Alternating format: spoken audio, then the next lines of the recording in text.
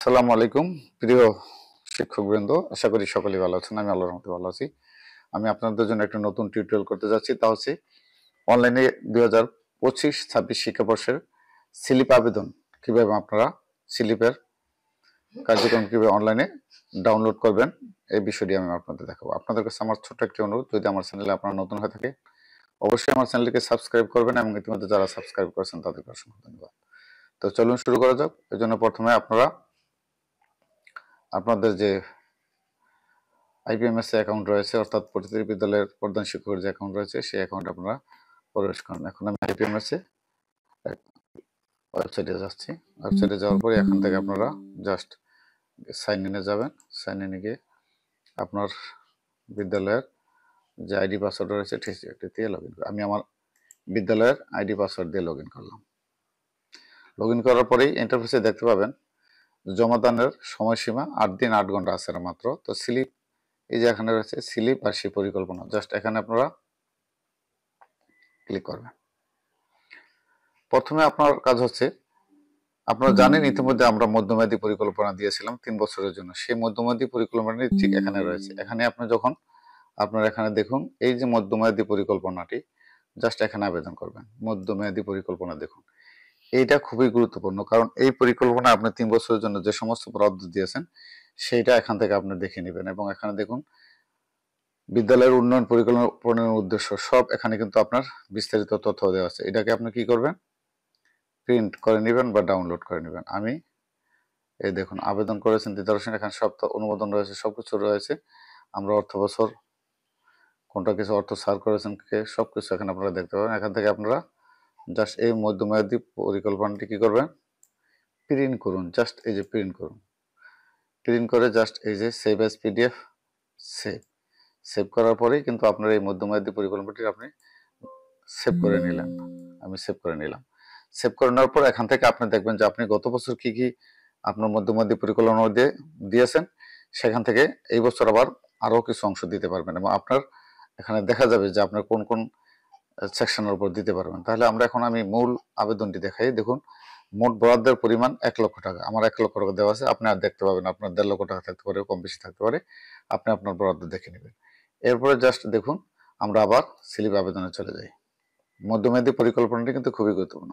এখন সিভিল আবেদন পরিকল্পনায় চলে যাওয়ার সময় প্রথমে বলবে এখানে এই প্রথম ফার্স্ট দেখুন আপনার ফার্স্ট স্টেজ হচ্ছে বিদ্যালয়ের উন্নয়ন পরিকল্পনা প্রণয়নের উদ্দেশ্য। এই যে উদ্দেশ্য এখানে লিখতে হবে। আমি এই উদ্দেশ্যটি লিখে রেখেছি, দেখুন এই যে ওয়ার্ড ফাইলে আমি লিখে রেখেছি আগে উদ্দেশ্যটি। এই যে প্রাথমিক শিক্ষার জাতীয় লক্ষ্য উদ্দেশ্যকে বিবেচনা রেখে স্থানীয় জনগণের সক্রিয় অংশগ্রহণ, সরকারি স্লিপ গ্রান্টের পাশাপাশি স্থানীয় বিত্তবান ব্যক্তি হতে সম্পদ সংগ্রহের মাধ্যমে বিদ্যালয়ের নিজস্ব তহবিল গঠনপূর্বক বিদ্যালয়ের শিক্ষার পরিবেশের উন্নয়ন সাধন করে প্রাক প্রাথমিক হতে পঞ্চম শ্রেণী পর্যন্ত সকল বিদ্যালয়গামী শিশুর জন্য একীভূত সমতাভিত্তিক ও মানসম্মত প্রাথমিক শিক্ষা নিশ্চিত করা। এটা হচ্ছে আমাদের লক্ষ্য। তাহলে আমি এখন এই লক্ষ্যটি দিয়ে দিচ্ছি আমার আমি জাস্ট এখান থেকে কপি করে নিয়ে এই যে এখানে দিয়ে দিলাম। জাস্ট দেখুন আমি পেস্ট করে দিয়ে দিলাম, আপনারা নিতে পারেন। দেওয়ার পরে জাস্ট এখানে আপনার অন্যান্য তথ্যগুলো দেখা যাবে, আপনি একটু দেখে নেবেন সব ঠিক আছে কিনা। তারপর জাস্ট এই যে এখানে দুইটা ব্যাপার রয়েছে, দেখুন আয়ের খাত, নিচে রয়েছে বার্ষিক কার্যাবলী যোগ করুন। শুধু এই দুইটা অপশন আপনাকে কাজ করতে হবে। প্রথমে আমি আয়ের খাত, জাস্ট এখানে ক্লিক করলে এখানে একটা অপশন দেখতে পাবেন আয়ের খাত। এই আয়ের খাত সমূহ এখান থেকে আপনি সিলেক্ট করবেন। নিজস্ব আয়মূলক প্রকল্প, জনগণ অনুদান, ইউনিয়ন পরিষদ হতে প্রাপ্ত, উপজেলা পরিষদ হতে প্রাপ্ত, সরকার, আমি জাস্ট সরকারি অনুদান। এই সরকারি অনুদান আমার কত টাকা, আমার 1 লক্ষ টাকা। আমি 1 লক্ষ টাকা অনুদান পেয়েছি এবছরের জন্য। আমি এটা এখানে লিখে দিতে হবে স্লিপ গ্রান্ট কোথা থেকে পেলেন, অর্থাৎ মন্তব্য লিখতে হবে। আমি মন্তব্য লিখে দিলাম স্লিপ গ্রান্ট। জাস্ট আপনারা এখানে মন্তব্য লিখে দিবেন। দেওয়ার পরে আর এখানে আর কোনো কাজ, যদি আপনার আরো স্থানীয়ভাবে পেয়ে থাকেন, যদি আপনার জনগণের অনুদান থাকে ইউনিভার্সিটি, তাহলে আপনি দিতে পারেন। আমার কোনো অনুদান নাই বিধায় আমি এই অংশটি আবার জাস্ট এখান থেকে ডিলিট করে দিলাম। আমি শুধু সরকারি অনুদান দিলাম স্লিপ গ্রান্টে। এরপরে জাস্ট এখানে কাজ শেষ। এখন আমি শুধু বার্ষিক কার্যাবলী যোগ করুন এই অপশনে যাব। এখানে গিয়ে এখানে দেখুন এখান থেকে আমি এই যে কার্যাবলী, এখানে অনেক অংশ রয়েছে।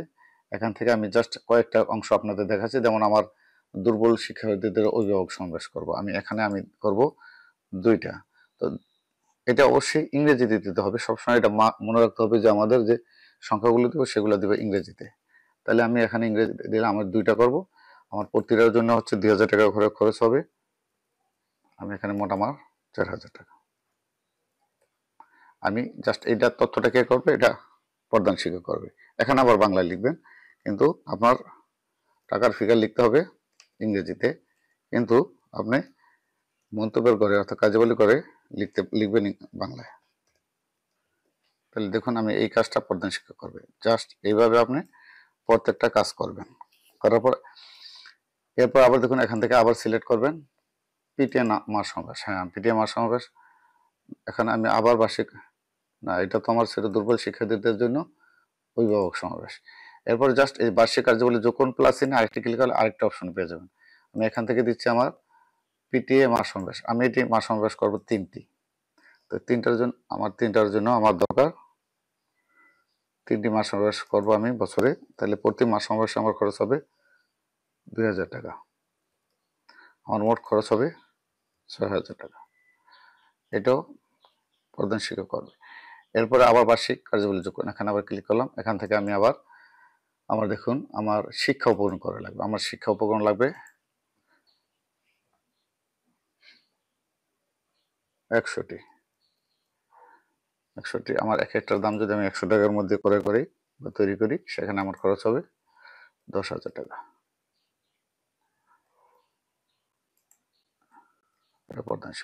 এরপরে হচ্ছে আমার আরো অপশন রয়েছে খেলাধুলার সামগ্রী। আমার লাগবে খেলাধুলার সামগ্রী লাগবে আমার 5টি। করে আমার লাগবে 5,000 টাকা। দেখুন 5,000 টাকা। এটাও তাহলে 1,000 টাকা করে আমার 5,000 টাকা। এইভাবে ঠিক আপনি আবার বার্ষিক কার্যাবলী এখানে যোগ করবেন। যোগ করে জাস্ট এখান থেকে আপনারা নেবেন আমার পর্টিকুলার সিনিয়র হচ্ছে সে নিশ্চয় যোগ্যতা লাগবে। দরিদ্র ছাত্রের জন্য বুক পেন্সিল লাগবে আমার। এটা আমি 100 জন শিক্ষার্থীকে আমি দিব 100 টাকা করে উপকরণ দিব। আমার এখানে 10,000 টাকা বাজেট। এটা আমি দিতে পারি সভাপতি ও প্রধান শিক্ষক দিতে পারি, কারণ আমার এই উপকরণগুলো কেনার সময় আমি সভাপতিকে সাথে রেখে করতে চাই। প্রধান শিক্ষক ও সভাপতির মাধ্যমে এই কাজটি সম্পাদিত হবে। এরপর দেখুন বার্ষিক কার্যাবলী থেকে যোগ করুন। আবার গিয়ে আমি এখানে দেখতে পাচ্ছি আমার হাতে লেখা চিত্রাঙ্কন প্রতিযোগিতা আমি বছরে 3টি আয়োজন করব। এখানে আমি 3টি আয়োজন করব। আমার প্রতিটা আয়োজন করার জন্য আমার 2000 টাকা খরচ হবে। আমার মোট 6000 টাকা লাগবে। তো এরপরে আমি আরো আমার কার্যাবলী রয়েছে দেখুন। এখান থেকে আমি সাংঘিক অনুষ্ঠান বিভিন্ন দিবস পালন, সেখানে আমার 3টা করতে হবে। আমি 2000 টাকা খরচ করব, 6000 টাকা।